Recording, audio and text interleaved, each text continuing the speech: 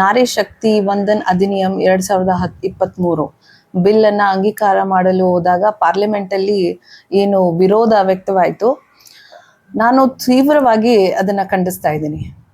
ಯಾಕೆ ಅಂತಂದ್ರೆ ಇದು ಪ್ರಜಾಪ್ರಭುತ್ವದಲ್ಲಿ ನಾವು ಒಬ್ರು ಮಹಿಳೆಯಾಗಿ ಮಹಿಳೆಯರ ಪರವಾಗಿ ಏನ್ ಹೇಳ್ಬೇಕು ಅಂತಂದ್ರೆ, ಇಡೀ ಸಮಾಜದಲ್ಲಿ ನಾವು ಈಕ್ವಲ್ ಫುಟೇಜ್ ಅಲ್ಲಿ ಇದ್ದೀವಿ. ಯಾವುದೂ ರೀತಿಯಾದಂತ ನಮ್ಮಲ್ಲಿ ಭೇದ ಭಾವನೆ ಇಲ್ದೇನೆ ನಾವು ಪ್ರತಿಯೊಂದು ಫೀಲ್ಡ್ ಅಲ್ಲಿ ಇವಾಗ ಮುಂಚೂಣಿಯಲ್ಲಿ ನಾವು ಹೋಗ್ತಾ ಇದ್ದೀವಿ ಮಹಿಳೆಯರು.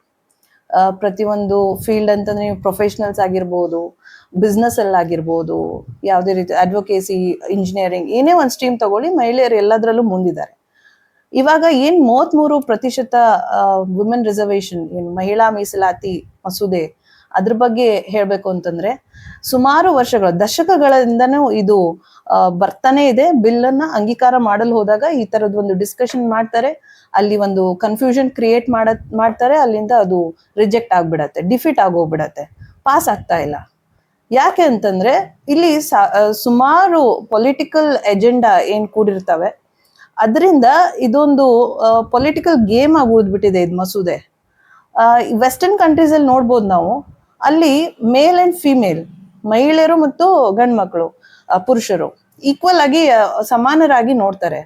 ನಮ್ಮ ಭಾರತೀಯರಲ್ಲಿ ಈ ತರದ ಒಂದು ಕಾಯ್ದೆ ಏನ್ ಬರ್ತಾ ಇತ್ತು 2023 ನಾರಿ ಶಕ್ತಿ ವಂದನ್ ಅಧಿನಿಯಂ, ಇದನ್ನ ಯಾಕೆ ಇವರು ಮಸೂದೆಯನ್ನ ಅಂಗೀಕಾರ ಮಾಡ್ತಾ ಇಲ್ಲ? ನಿನ್ನೆ ಒಂದ್ ದಿವಸ ನೋಡಿದ್ವಿ, ಸುಮಾರು ಅಪೋಸಿಷನ್ ಲೀಡರ್ಸ್ ಹೇಳಿದ್ರು ಇದರಲ್ಲಿ ಡಿಲಿಮಿಟೇಷನ್ ಕಮಿಷನ್ ಅದನ್ನ ಲಿಂಕ್ ಮಾಡಿದ್ದಾರೆ, ಇದರಿಂದ ಅದು ನಾರಿ ಶಕ್ತಿ ಅಧಿನಿಯಂನ ನಾವು ಕನ್ಸೆಂಟ್ ಕೊಡೋದಿಲ್ಲ, ಪಾಸ್ ಮಾಡಲು ನಾವು ಅವಕಾಶ ಮಾಡಿಕೊಡೋದಿಲ್ಲ ಅಂತ ಹೇಳಿ. ಇಲ್ಲಿ ನೋಡಿ, ಡಿಲಿಮಿಟೇಷನ್ ಕಮಿಷನ್ ಅಂದ್ರೆ ಏನು? ಎಕ್ಸ್ಪಾನ್ಷನ್ ಅಂದ್ರೆ ಏನು? ಈಗ ಇರುವಂತ 543 ಸೀಟ್ಸ್ ಏನಿದಾವೆ ಅದನ್ನ 850ಕ್ಕೆ ಏರಿಸ್ತಾ ಇದ್ದಾರೆ. ಯಾಕೆ ಅಂತಂದ್ರೆ ಇರುವಂತ 543 ಸೀಟ್ಸ್ ಅಲ್ಲೇನೆ ನಿಮ್ಗೆ 33% ಮೀಸಲಾತಿ ಹೆಣ್ಣು ಮಕ್ಕಳಿಗೆ ಕೊಟ್ಬಿಟ್ರೆ ಏನಾಗ್ಬೋದು ಅಂದ್ರೆ 101 ಸೀಟ್ಸ್ ಇವಾಗ ಸದ್ಯಕ್ಕೆ ಇರುವಂತ ಸೀಟ್ಸ್ ಅನ್ನ ಹೆಣ್ಮಕ್ಳಿಗೆ ಅದರಿಂದ ಕಡಿತಗೊಳಿಸಿ ಕೊಡ್ಬೇಕಾಗತ್ತೆ. ಅದರಲ್ಲಿ ರಿಸರ್ವ್ಡ್ ಕ್ಯಾಟಗರಿ, SC/ST ಕ್ಯಾಟಗರಿನೂ ಕಡಿತ ಮಾಡ್ಬೇಕಾಗತ್ತೆ. ಹಾಗೇನೆ ಪುರುಷರಿಗೆ ಕೊಟ್ಟಿರುವಂತ ಸೀಟ್ಸ್ ಏನಿದೆ ಅದನ್ನು ಕೂಡ ಮಹಿಳೆಯರಿಗೆ ಕೊಡ್ಬೇಕಾಗತ್ತೆ. ಸೊ ಅದರಿಂದ ತುಂಬಾ ವ್ಯತಿರಿಕ್ತ ಪರಿಣಾಮ ಆಗ್ಬಹುದು. ಕಾನ್ಸ್ಟಿಟ್ಯೂಷನಲಿನೂ ಹೇಳ್ಬೋದು, ಸಂವಿಧಾನಿಕವಾಗಿನೂ ಅದು ಅಸಂಬದ್ಧವಾಗ್ಬಹುದು. ಸೊ ಇದರಿಂದ ಈ ಡಿಲಿಮಿಟೇಷನ್ ಬಂತು ಅಂತಂದ್ರೆ 2029ನೇ ಎಲೆಕ್ಷನ್ಗೆ ಇದೊಂದು ಒಂದು ಹೊಸದಾದಂತ ಒಂದು ಕಾಯ್ದೆ ಏನಾಗ್ಬೋದು ಅಂತಂದ್ರೆ ಹೆಚ್ಚಿನ ಒಂದು 200 ಸೀಟ್ಸು ಬಂದು ಏನಾಗ್ಬೋದು ಅಂತಂದ್ರೆ ಒಂದು ರೀತಿಯಾದಂತ ಮಹಿಳೆಯರಿಗಾಗಿನೇ ಸೀಟ್ಸ್ ಅನ್ನ ಪ್ರೊವೈಡ್ ಮಾಡ್ಬೋದು. ಈ MP ಎಲೆಕ್ಷನ್ಸ್ಗಾಗಿರ್ಬೋದು, MLA ಎಲೆಕ್ಷನ್ಸ್ಗಾಗಿರ್ಬೋದು. ನಾವು ಪುರುಷ ಪ್ರಧಾನದಂತ ಒಂದು ರಾಷ್ಟ್ರದಲ್ಲಿ ಇದ್ದೀವಿ. ಪ್ಯಾಟ್ರಿಯಾರ್ಕಿಕಲ್ ಸೊಸೈಟಿ ಅಂತ ಏನ್ ಕರಿತೀವಿ, ಪುರುಷ ಪ್ರಧಾನವಂತ ಸೊಸೈಟಿಯಲ್ಲಿ ಈ ರೀತಿಯಾದಂತ ಮಸೂದೆನ ನಾವು ದಶಕಗಳಿಂದನೇ ಕಾಯ್ತಾ ಇದ್ದೀವಿ. ನಿನ್ನೆ ಒಂದ್ ದಿವಸ ಒಂದು ಒಳ್ಳೆ ಒಂದು ಅವಕಾಶ ಇತ್ತು, ಬೇರೆ ಕಾಂಗ್ರೆಸ್ ಆಗಿರ್ಬೋದು, BJP ಅವರಾಗಿರ್ಬೋದು, ಈ ಮಹಿಳಾ ಮೀಸಲಾತಿನ ನೀವು ಇನ್ನೂ ಎಷ್ಟು ದಿನ ಇದನ್ನ ಇದೇ ರೀತಿ ಮುಂದೋಡಿ ಇದನ್ನ ಹಾಗೆ ಕಾಯ್ದಿರಿಸ್ತಾ ಹೋಗ್ತೀರಿ? ಎಷ್ಟು ವರ್ಷ ಇದೇ ರೀತಿ? ತುಂಬಾ ಆಸ್ಪೈರಿಂಗ್ ಕ್ಯಾಂಡಿಡೇಟ್ಸ್ ಇದ್ದಾರೆ, ಜ್ಞಾನವಂತರಿದ್ದಾರೆ, ವಿದ್ಯಾವಂತರಿದ್ದಾರೆ ಮಹಿಳೆಯರು.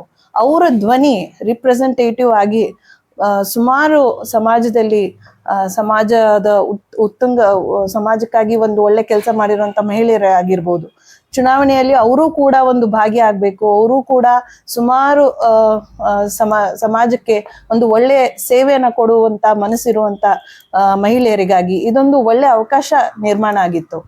2029 ಎಲೆಕ್ಷನ್ ಅಲ್ಲಿ ಮಹಿಳೆಯರಿಗೆ ಇದೊಂದು ಅತ್ಯುನ್ನತವಾದಂತ ಅವಕಾಶ ಸಿಗ್ತಾ ಇತ್ತು. ಈ ವಿಧೇಯಕಕ್ಕೆ ನೀವು ಅಂಗೀಕಾರ ಮಾಡ್ಲಿಲ್ಲ, ಗೈರಾದ್ರಿ. ಯಾಕೆ? ಇದರಲ್ಲಿ ಹೆಣ್ಮಕ್ಳು ಸುಮಾರು ಜನರು ಅಂಗೀಕಾರ ಮಾಡೋದಕ್ಕೆ ಕೊಟ್ಟಿಲ್ಲ. ಡಿಲಿಮಿಟೇಷನ್ ಅನ್ನೋದು ಇತ್ತು ಅಂತಂದ್ರೆ ಎಕ್ಸ್ಟ್ರಾ ಸೀಟ್ ಸಿಗ್ತಾ ಇತ್ತು. ಎಕ್ಸ್ಟ್ರಾ ಸೀಟ್ ಸಿಕ್ಕಿತ್ತು ಅಂತಂದ್ರೆ ನಮ್ಮ ಸದರ್ನ್ ಸ್ಟೇಟ್ಸ್ ಏನಿದಾವೆ, ಅಂದ್ರೆ ಈ ನಮ್ಮ ದಕ್ಷಿಣ ಭಾರತದಲ್ಲಿ ಆ ರಿಪ್ರೆಸೆಂಟೇಷನ್ ಹೆಚ್ಚಾಗಿ ಅಲ್ಲಿ ಇರೋದಿಲ್ಲ. ಉತ್ತರ ಭಾರತದಲ್ಲಿ ಹೆಚ್ಚಾಗಿ ಆ ರಿಪ್ರೆಸೆಂಟೇಷನ್ ಇರುತ್ತೆ. ಅದರಿಂದಾಗಿ ನಮಗೆ ಕಡಿಮೆ ಅವಕಾಶ ಸಿಗ್ಬಹುದು ಅನ್ನುವಂತ ಒಂದು ಏನು ಪ್ರಿನ್ಸಿಪಲ್ ಇಟ್ಕೊಂಡಿದ್ರೆ, ಐಡಿಯಾಲಜಿ, ಅದು ಆಕ್ಚುಲಿ ಸೆನ್ಸಸ್ಗೆ ಹೋಗುತ್ತೆ, ಪಾಪ್ಯುಲೇಷನ್ಗೆ ಹೋಗುತ್ತೆ. ಈಗ ಕರ್ನಾಟಕ ತಗೋಬಹುದು, ನೀವು ಕೇರಳ ತಗೋಬಹುದು, ತಮಿಳ್ನಾಡು ತಗೋಬಹುದು. ಸ್ಟೇಟ್ ವೈಸ್ ಪಾಪ್ಯುಲೇಷನ್ ನಾವು ಕಡಿಮೆ ಇದ್ದೀವಿ. ಉತ್ತರ ಪ್ರದೇಶ್ ತಗೊಂಡ್ರೆ, ರಾಜಸ್ಥಾನ್, ಮಹಾರಾಷ್ಟ್ರ ಇವೆಲ್ಲ ತಗೊಂಡ್ಬಿಟ್ರೆ ನಾವು ಸ್ವಲ್ಪ ಏನ್ ಡೆಮೋಗ್ರಫಿಕ್ ಏನಿದೆ ನಮ್ದು ಪಾಪ್ಯುಲೇಷನ್ ಸೆನ್ಸಸ್ ವೈಸ್ ನಮ್ದು ಕಡಿಮೆ ತೋರಿಸತ್ತೆ. ಅದೇ ಪ್ರಕಾರ ನಮಗೆ ಸೀಟ್ಸ್ ಹಂಚಿಕೆ ಮಾಡ್ಲಾಗತ್ತೆ. ಇವಾಗ ಈ ಡಿಲಿಮಿಟೇಷನ್ ಬಂತು ಅಂತಂದ್ರೆ 10 ಸೀಟ್ಸ್ ಇದ್ದಿದ್ದು 20 ಆಗ್ಬಹುದು. ಅದೇ ರೀತಿ ಪಾಪ್ಯುಲೇಷನ್ ವೈಸ್ ನೋಡ್ಕೊಂಡು ಅದನ್ನ ಎಕ್ಸ್ಪಾನ್ಷನ್ ಮಾಡ್ತಾರೆ. ನೀವು ಈ ಡಿಲಿಮಿಟೇಷನ್ ಅನ್ನ ಲಿಂಕ್ ಮಾಡ್ತಾ ಇದ್ದೀರಿ ಮಹಿಳಾ ಮಸೂದೆ, ಮಹಿಳಾ ಮೀಸಲಾತಿ ಮಸೂದೆಗೆ ಲಿಂಕ್ ಮಾಡಿ ಅದನ್ನ ಅಂಗೀಕಾರ ಮಾಡೋಕ್ ಹೋದ್ರಿ. ನೀವು ಒಂದ್ ವೇಳೆ ಡಿಲಿಮಿಟೇಷನ್ ಕಮಿಷನ್ ಮೇಲೆನೆ ಚರ್ಚೆ ಮಾಡಿ ಅದನ್ನ ಸರಿಯಾದ ಮಾರ್ಗದಲ್ಲಿ ತಂದಿಟ್ಟು ಆನಂತರ ಮಹಿಳಾ ಮೀಸಲಾತಿ ಮಸೂದೆಯನ್ನ ನೀವು ಅಂಗೀಕಾರ ಮಾಡಿದ್ದಲ್ಲಿ ನಿನ್ನೆ ಪ್ರತಿಯೊಬ್ಬರಿಗೂ ಶ್ಲಾಘನೀಯವಾಗಿರ್ತಿತ್ತು. ಅದೇನ್ ಮಾಡಿದ್ರಿ, ಡಿಲಿಮಿಟೇಷನ್ ಕಮಿಷನ್ ಬಗ್ಗೆ ಜಾಸ್ತಿ ಅದನ್ನ ಚರ್ಚೆಗೆ ಮಾಡಕ್ ಕೊಡ್ಲಿಲ್ಲ. ಅದೇ ರೀತಿ ಮಹಿಳಾ ಮೀಸಲಾತಿ ಹೇಗಿತ್ತು ಹಾಗೆ ಅದನ್ನ ಅಲ್ಲೇ ಬಿಟ್ಟು ಯಾವುದಕ್ಕೂ ನೀವು ಅಂಗೀಕಾರ ಮಾಡ್ಕೊಡೋದಾಗೆ ನೀವು ಅಲ್ಲಿಂದ ರಿಜೆಕ್ಟ್ ಮಾಡಿ ಅದನ್ನ ಪಾಸ್ ಮಾಡ್ದಂಗೆ ಬಂದ್ಬಿಟ್ರಿ. ಸೊ ನಾನು ಹೇಳ್ತೀನಿ, ನೀವು ಒಂದು ಮಹಿಳೆಯರಿಗೆ ಮಾಡುವಂತ ಒಂದು ಅವಮಾನ, ಹಾಗೆ ಇಡೀ ಭಾರತದಲ್ಲಿ ಮಹಿಳಾ ಕುಲಕ್ಕೆ ಮಹಿಳೆಯರ ಧ್ವನಿ ಏನಿದೆ, ರಾಜಕೀಯ ರಂಗದಲ್ಲಿ ಬರುವಂತ ಮಹಿಳೆಯರ ಧ್ವನಿ ಏನಿದೆ ಕುಗ್ಗಿಸ್ತಾ ಇದ್ದೀರಿ. ಇದು ಒಂದು ಅತಿಯಾದ ಅಗೌರವ ಹಾಗೆ ಅವಮಾನ ಕೂಡ. ಸೊ ಇದನ್ನ ಅತಿ ಶೀಘ್ರದಲ್ಲಿ ಈ ಮಹಿಳಾ ಮೀಸಲಾತಿ ಮಸೂದೆಯನ್ನ ಜಾರಿಗೆ ತರಬೇಕು ಅಂತ ನನ್ನ ಅತ್ಯಂತ ಕಳಕಳಿಯಾದಂತ ವಿನಂತಿ. ಧನ್ಯವಾದಗಳು.